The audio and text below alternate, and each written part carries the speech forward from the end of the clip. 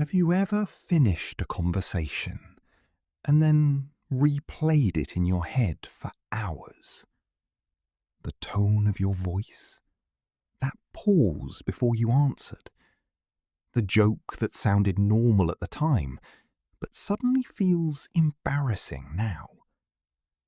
And no matter how hard you try to stop thinking about it, your brain keeps returning to the same moment, like it missed something important.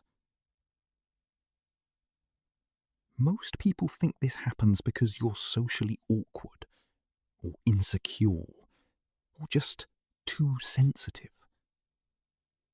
But the real reason is deeper than that. Because overthinking conversations is rarely about the conversation itself. It's about survival. Your brain is trying to answer one hidden question.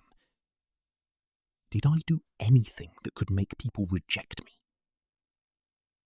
And once that question becomes automatic, even small interactions start feeling emotionally dangerous. You start monitoring yourself constantly. The way you speak, the way people react, the timing of your texts, even your facial expressions. And after a while, conversations stop feeling natural. They start feeling like performances. You laugh carefully, speak carefully, reveal yourself carefully. Because somewhere in your past, your brain learned that being fully yourself wasn't always safe. Your brain begins scanning interactions for signs of rejection, the same way anxious people scan dark rooms for danger. And the strange part is, the smarter and more self-aware you are, the worse this can become. Because now your brain has more material to analyze. One sentence becomes 20 interpretations. She seemed quieter than usual. Maybe I annoyed her. Maybe I talked too much. Maybe I sounded weird. Your brain fills silence with imagined explanations. Not because it enjoys suffering, because uncertainty feels unsafe. The human brain hates unresolved social tension. Neuroscience shows that social rejection activates many of the same brain regions as physical pain. To your nervous system, exclusion doesn't feel small. It feels threatening. Which means overthinking conversations is often your brain trying to prevent future emotional pain before it happens. Like checking a wound before it fully heals. But here's the problem.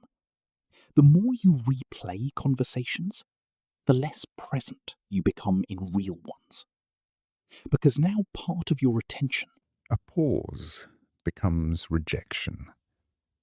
A delayed text becomes dislike. A neutral expression becomes disappointment. Your brain fills missing information with fear-based predictions. Cognitive psychology calls this mind reading. Assuming negative interpretations without real confirmation. And the more emotionally tired you are, the more convincing these assumptions feel. Which is why your environment matters too. Lack of sleep, stress, loneliness, emotional burnout, all increase threat sensitivity in the brain. Everything feels more personal when your nervous system is overloaded. The second step is reducing self-observation during conversations. not by forcing confidence, but by shifting attention outward. Because socially anxious thinking becomes stronger when attention folds inward constantly. Research in behavioral psychology shows that excessive self-focused attention increases anxiety intensity. Your brain becomes trapped watching itself. So during conversations, practice noticing external details instead.